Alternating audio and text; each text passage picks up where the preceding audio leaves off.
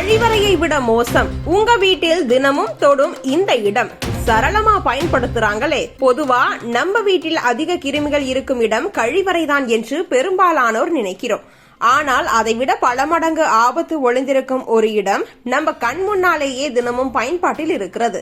தினமும் தண்ணீர் ஓடும், உணவு துகள்கள் விழும், ஈரப்பதம் நிறைந்திருக்கும் அந்த இடம் கண்ணுக்கு தெரியாத கிருமிகளுக்கு பாதுகாப்பான வாழ்விடமாக மாறிக்கொண்டிருக்கிறது தெரியுமா?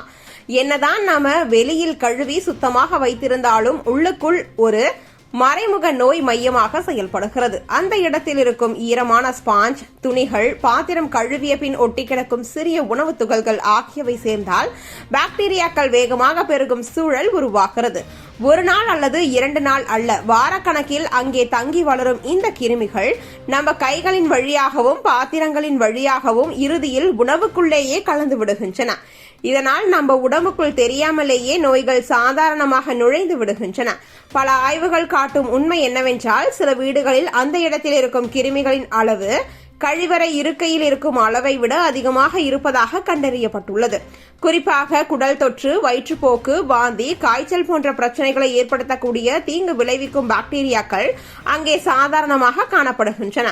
இதன் ஆபத்து நம்ம கண்களுக்கு தெரியாமல் தினமும் நம்ம உடலுக்குள் சென்று கொண்டிருக்கிறது. அந்த கிருமிகளின் தாக்கம் உடலில் மெதுவாக வெளிப்படும். அடிக்கடி வயிற்று எரிச்சல், காரணம் தெரியாத காய்ச்சல், குழந்தைகளுக்கு வரும் திடீர் சளி, முதியவர்களுக்கு ஏற்படும் உடல் சோர்வு ஆகியவை அனைத்திற்கும் இதுவே மறைமுக காரணமாக இருக்கலாம். நோய் எதிர்ப்பு சக்தி மெதுவாக குறைய ஆரம்பிக்கும் பொழுது சாதாரண பிரச்சனைகள் கூட பெரிய பாதிப்பாக மாறும் நிலை உருவாகிறது. இதற்கான தீர்வு மிகவும் எளிமையானது. வாரத்திற்கு குறைந்தது 2 முறை அந்த இடத்தை வெந்நீருடன் உப்பு அல்லது வினிகர் கலந்து நன்றாக கழுவ வேண்டும். ஸ்பாஞ்ச் மற்றும் துணிகளை தினமும் வெந்நீரில் கொதிக்க வைத்து பின்னர் நன்றாக உலர வைக்க வேண்டும். ஈரமாக வைத்திருப்பதே கிருமிகள் பெரிய முக்கிய காரணம் என்பதால் அவை முழுமையாக உலர வேண்டும் என்பதையும் கவனிக்க வேண்டும். மேலும் வாரம் ஒரு முறை நீர் வெளியேறும் குழாயில் கொதிக்கும் தண்ணீரை மெதுவாக ஊற்றி உள்ளே தங்கியிருக்கும் கிருமிகளை வெளியேற்றலாம்.